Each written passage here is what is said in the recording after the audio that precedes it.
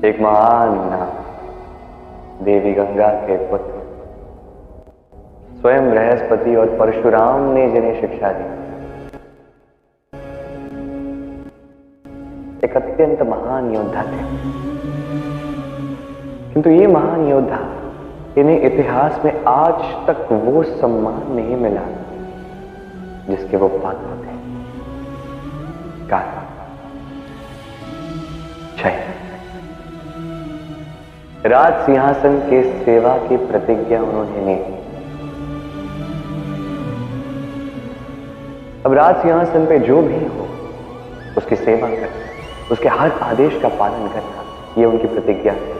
अब वो व्यक्ति चाहे उचित हो या अनुचित, उचित मार्ग पे चले या अनुचित मार्ग पर चले, सुपात्र हो या कुपात्र, वो उनकी सेवा करते रहे, उनके हर आदेश का पालन करते रहे, अपनी प्रतिज्ञा निभाते रहे। धृतराष्ट्र नेत्रहीन अवश्य थे, किंतु इतने भी नेत्रहीन नहीं थे कि उन्हें प्रजा के अश्रु, धर्म अधर्म दिखाई ही ना दे। वो सब समझ रहे थे।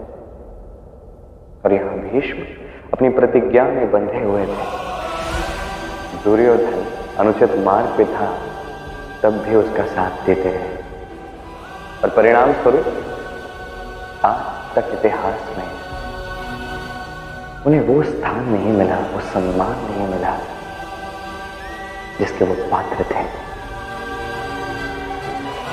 यदि आप कोई प्रतिज्ञा लेते हैं किसी उचित कारण के लिए क्यों ना हो, यदि धीरे धीरे समय के साथ वो प्रतिज्ञा आपको अनुचित मार्ग पर ले जाती है, अधर्म की ओर ले जाती है, पाप की ओर ले जाती है, तो उस प्रतिज्ञा को तोड़ना आवश्यक है। समय के अनुसार ढलना आवश्यक है। अन्यथा ये प्रतिज्ञा आपसे पाप करवाएगी, कुकर्म करवाएगी और आपके विनाश का कारण बनेगी। अश्वत्थामा मारा गया, ज्ञात नहीं नर या हाथी। ये एक वाक्य किसने कहा? साक्षात धर्मराज युधिष्ठिर। वो युधिष्ठिर जिसने अपने जीवन में कभी भी असत्य नहीं कहा, किंतु उससे कुछ ऐसे चयन हुए जिस कारण से वो मात्र महाराज युधिष्ठिर बनकर ही रह गए, कभी अभिमन्यु तक पहुंच नहीं पाए। जब द्यूत के लिए न्योता आया था तब उसे अस्वीकार कर सकते थे महाराज युधिष्ठिर, यह नहीं। अभिमान के लिए उस न्योते को स्वीकार किया और अभिमान के लिए किया गया यही चयन उन्हें साधारण बना गया। अपने गुरु द्रोणाचार्य को परास्त करने के लिए उन्होंने एक असत्य कहा, अश्वत्थामा मारा गया, और फिर ग्लानि से धीमे स्वर में कहा, ज्ञात नहीं नर या हाथी। किंतु अर्ध सत्य हो या छिपाया हुआ सत्य, वह सत्य ही होता है और हर कर्म का फल मिलकर ही रहता है। इन चयनों के कारण युधिष्ठिर को भी नरक का वास करना पड़ा। तो अपने कर्म श्रेष्ठ रखिए, क्योंकि यही निर्धारित करेंगे कि संसार से जाने के पश्चात भी आप जीवित रहेंगे या नहीं।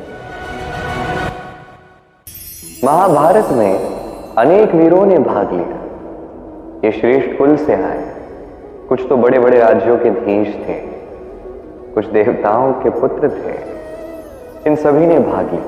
ये सभी श्रेष्ठ कुल से, इन सभी को अच्छा परिवेश मिला। किंतु यही दूसरी ओर था बार्बरिक, असुर पुत्र बार्बरिक। और यही असुर पुत्र बार्बरिक आज के समय में भगवान के रूप में स्थापित है, पूजा जाता है। कारण क्या है? बार्बरिक एक दुविधा में था। जैसे हर योद्धा के जीवन में दुविधा आती है, तब वो क्या चयन करता है ये अत्यधिक आवश्यक होता है। बार्बरिक के पास इतनी शक्ति थी कि वो एक ही बाण में सभी का नाश कर सकता था। दुविधा ये थी कि वो समझ नहीं पा रहा था कि किस ओर से युद्ध को लड़ा जाए। उसने चयन ये किया कि वो कहीं से नहीं लड़ेगा, अभी तो अपने शीश को दान करेगा। और इसी कृत्य के कारण, इसी चयन के कारण आज के समय में वो खाटू श्याम के रूप में पूजा जाता है।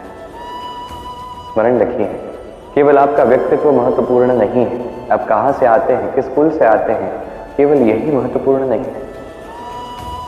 सबसे अधिक महत्वपूर्ण है आपके कर्म, आपके चयन। आइए और मेरे साथ प्रेम से कहिए, राधे राधे।